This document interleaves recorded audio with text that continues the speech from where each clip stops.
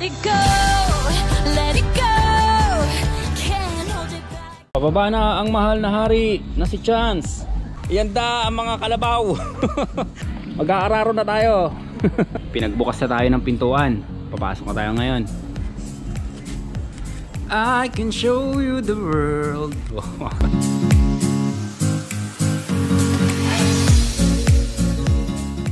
Good evening everyone, this is Chance sa Magsasakang Gala. Nandito tayo ngayon sa Nabua Disneyland. Parang Disneyland syempre. Dito lang yan sa Nabua Kamsur.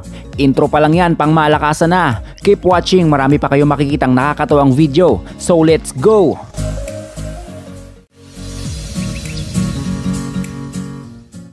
Simulan natin ang ating video sa paglilibot dito sa mayaman at napakagandang bayan ng Nabua Kamsur.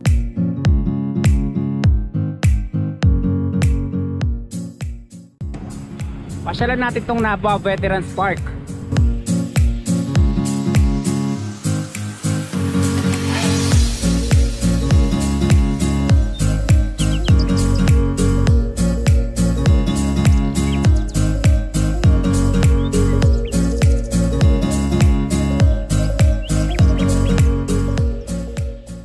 Ang Nabua Veterans Park ay dedicated sa mga Filipino at American soldier na lumaban sa pananakop ng mga Hapon during World War II. Maraming nagbuwis ng buhay para sa kalayaan natin sa pananakop ng mga Hapon.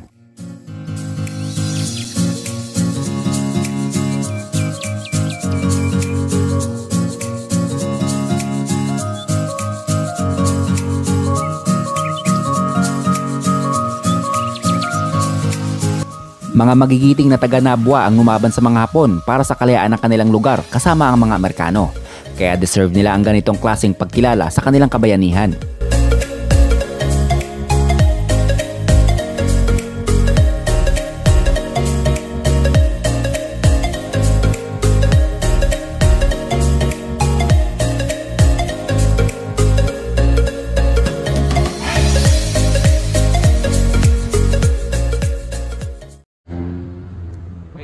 Nandito tayo sa may area nang dito maghihiwalay. Kung didiretsuhin mo yon, doon ang papuntang Naga at pauwi ng Manila.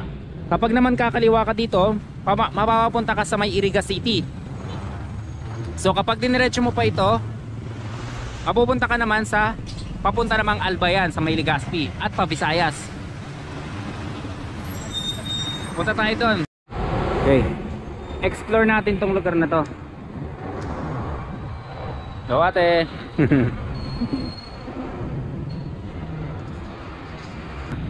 Wala dito sa floor. Maganda yung floor nila. Parang tinerno sila doon sa pagiging bricks ng pagkakabuo ng simbahan na ito. Sa loob. Ganda ng logo. Pero huwag tayo pumasok doon. May mga nagsisimba doon. Founded 1578. So it means nabuo ito noong 1578. So ganyang taon colonize na tayo niya ng mga Spanish, mga Spaniards. So marami ng simbahan na buo talaga ng ganyang taon sa iba't ibang panig ng Pilipinas. Nabanish na kasi yung mga Filipino warrior natin noon. Dito kasi sa Nabua, iba rin kasi ang pagkaka-Bicol dito. Meron kasi sa Bicol na tinatawag na Rincornada. Doon naman sa amin, doon sa Partido area, iba din doon. Pero ang alam ko, itong mga Rincornada, naiintindihan nila yung pinaka basic na Bicol ng mga taga doon sa amin sa partido. Kasi dito sa kanila, pagkakaalam ko, medyo mga malalalim sila ng pagka-Bicol. Okay. So mamaya-maya lang pupuntahan na natin yung pinaka talaga natin, pupuntahan yung tinatawag nilang daw siya, para siyang Disneyland, Nabua Disneyland. Next, pupuntahan natin yun. So far, mag-goodbye na tayo dito sa chapel na ito. Bye bye. Sundan daw natin siya, tuturo sa atin yung daan. Magmula doon sa simbahan na pinanggalingan natin, sa likod lang nun ang daanan papunta sa tinatawag na Nabua Disneyland. Kaya binaybay na namin ang daan. Salamat kay Kuya, yung sinusundan nating motor sa pag-guide sa atin papunta sa ating pupuntahan. Estimated ko mula sa simbahan sa sentro ng Nabua, mararating mo ito 20 minutes lang.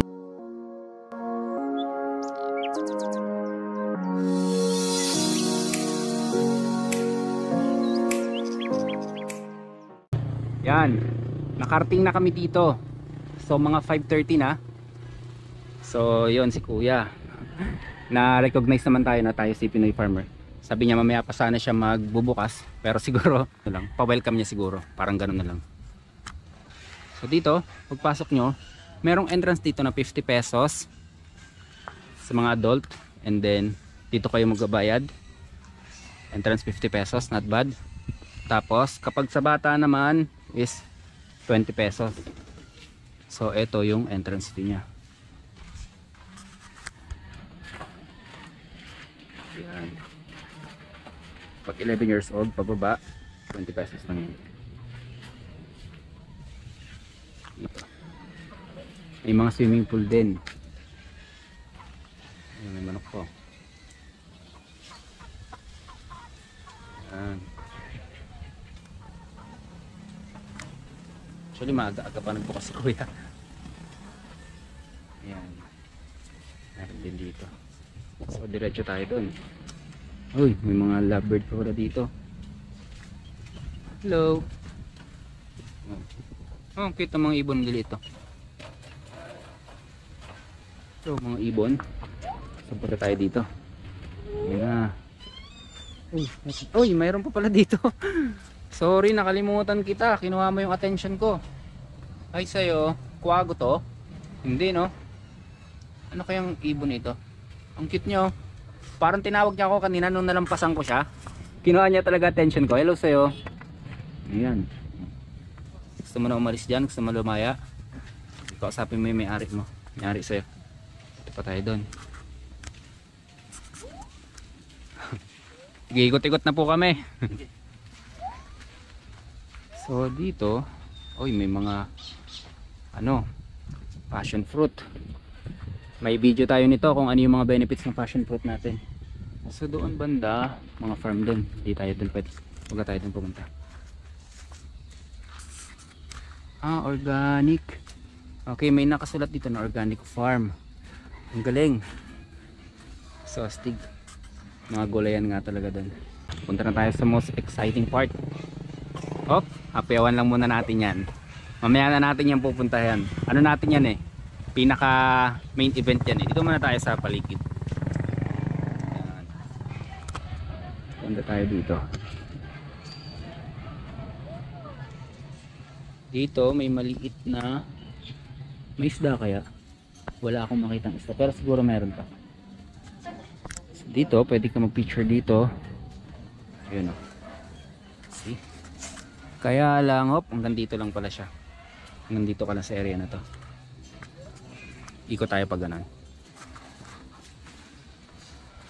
Ito natin doon. Pasilip pa lang muna. Mamaya na tayo dyan.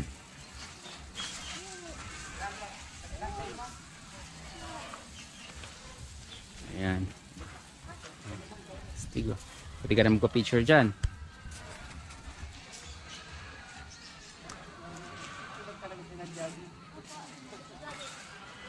Ayan. Pa. Astig. Ang ganda rito. Pwede astig. Pwede kayong picture dito. Kakatuwa Okay tayo dito. Pwede pa dito. Diba? Sulit na sulit 50 pesos mo rito.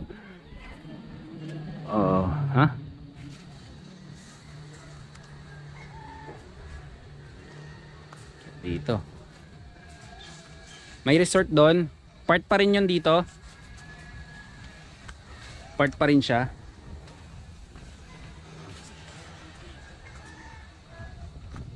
Okay, so ito, I think kinuha to sa Sri Lanka. Itong concept na to. Kasi ang Sri Lanka talaga mahilig sa mga ganyan. Yan na. Tadan! Pinuksan na talaga ni kuya. So pinayagan tayo ni sir na libutin. Actually yung 50 pesos na entrance fee natin para lang talaga to dito. And then binigyan niya tayo ng access doon na makapunta doon hanggang sa resort. So very thankful tayo na makapunta tayo ron sa resort na yon nang hindi tayo pinagbabayad.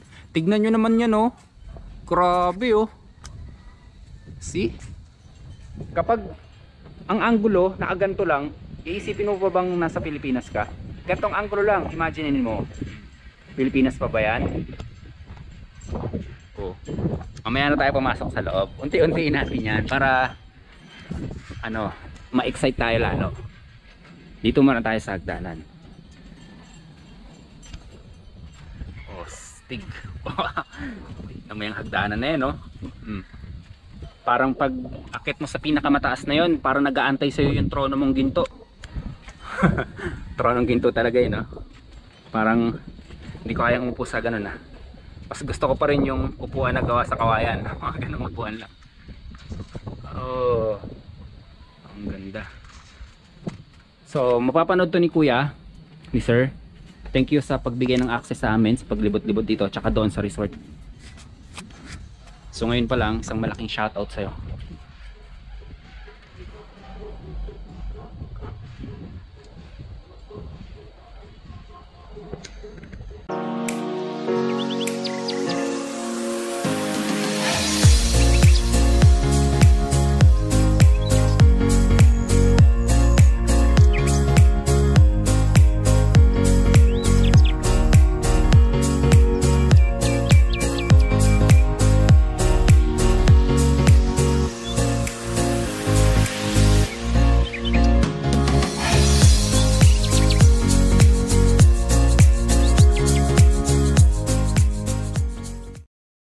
Pababa na ang mahal na hari na si Chance.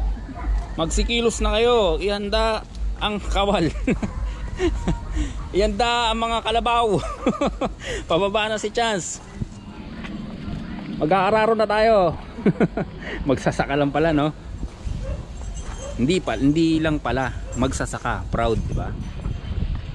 Sa kabila. Oh, wow.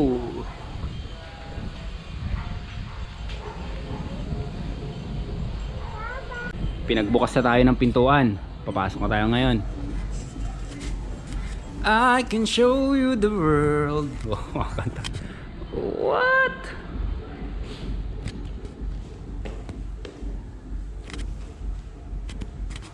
Ang ganda.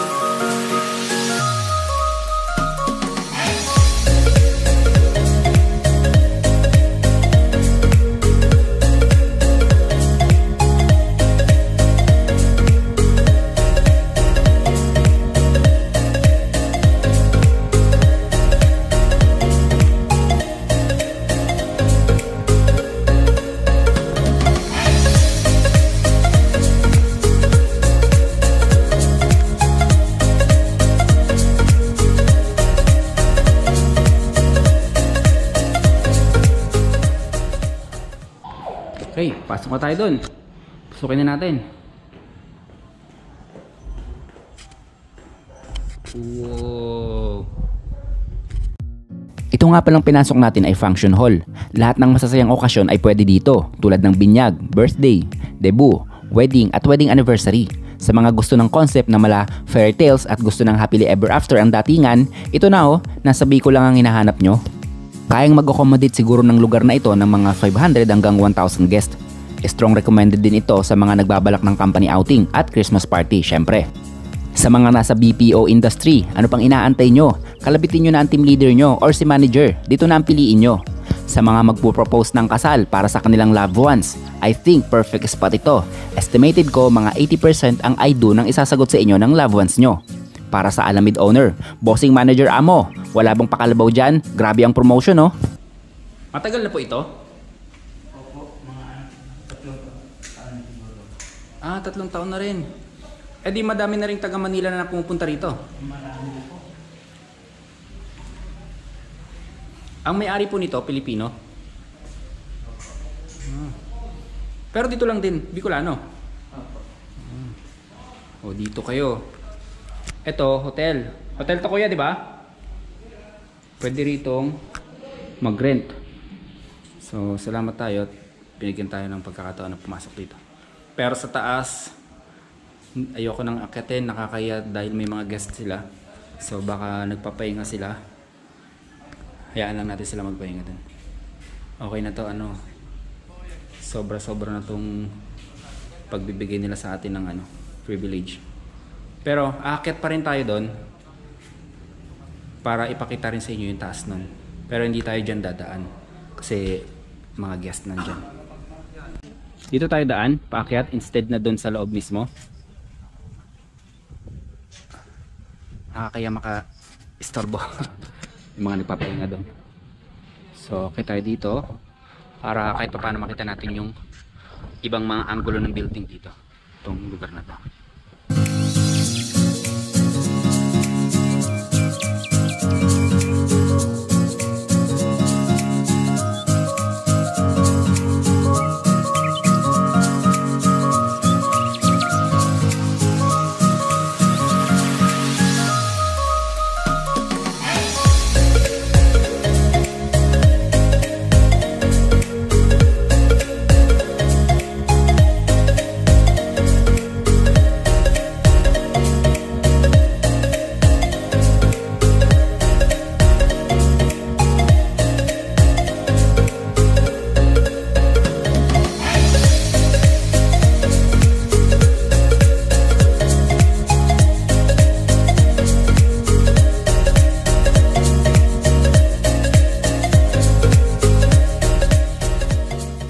Ganito araw-araw mong makikita, oh.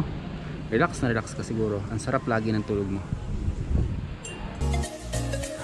At hindi mawawala dyan ang maganda at malinis na kainan, pang sosyalan ng datingan.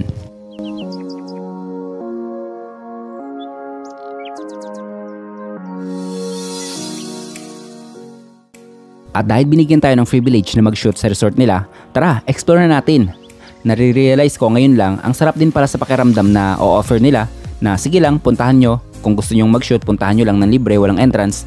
Nakakatipid din tayo. Malaking bagay yon sa tulad kong kuripot. At syempre, bibigyan natin ng magandang review ang venue nila. Kahit sinong mapunta dito, mag-e-enjoy talaga.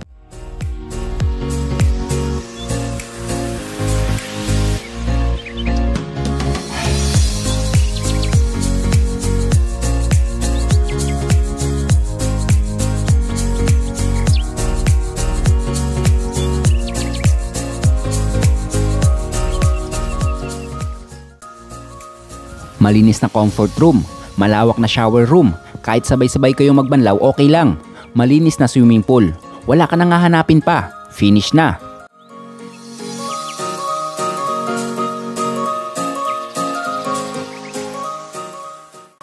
Sa mga magka-company outing, family reunion, Christmas party, kahit team building pa yan, ito ang para sa inyo. Promise, mag-i-enjoy kayo dito. Maraming activity ang pwede ninyong magawa. Dito lang yan sa Alameda Function Hall and Hotel sa Barangay Santo Domingo, Nabua, Camarines Sur. At ikaw na nanonood ngayon, salamat sa iyo ah. Salamat sa panonood mo. Sana nasulit ko ang iyong oras at sana nag-enjoy ka. Hanggang dito na lamang po ulit. Maraming salamat po ulit.